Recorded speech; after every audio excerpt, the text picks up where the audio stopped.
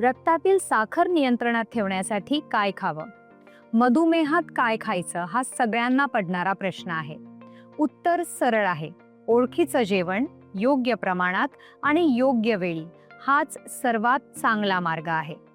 साखरेचे चढ उतार होण्याचं एक मोठं कारण म्हणजे जेवणाचा अनियमितपणा.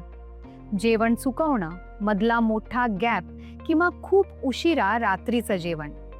त्याऐवजी ठरलेल्या वेळेला जेवा आणि गरज असल्यास दिवसातून छोटी छोटी संतुलित जेवणे घ्या.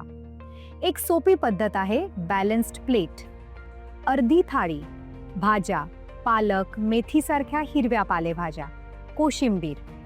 1/4 कार्ब्स, संपूर्ण धान्य, गव्हाची पोळी, ज्वारी, बाजरी, ब्राऊन राईस.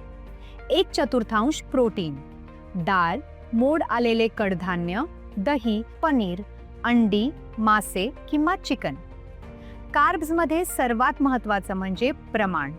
सुरुवातीला कार्ब्स 1/4 थाळीपुरते ठेवा, म्हणजेच साधारण 1 ते 2 पोळ्या किंवा छोटी वाटी भात. डॉक्टर किंवा आहार तज्ज्ञ तुमच्यासाठी नक्की सांगतील. संपूर्ण फळं खा, रस नको. एका वेळी एक छोटा भाग. सुका मेवा थोडा. तेल माफक.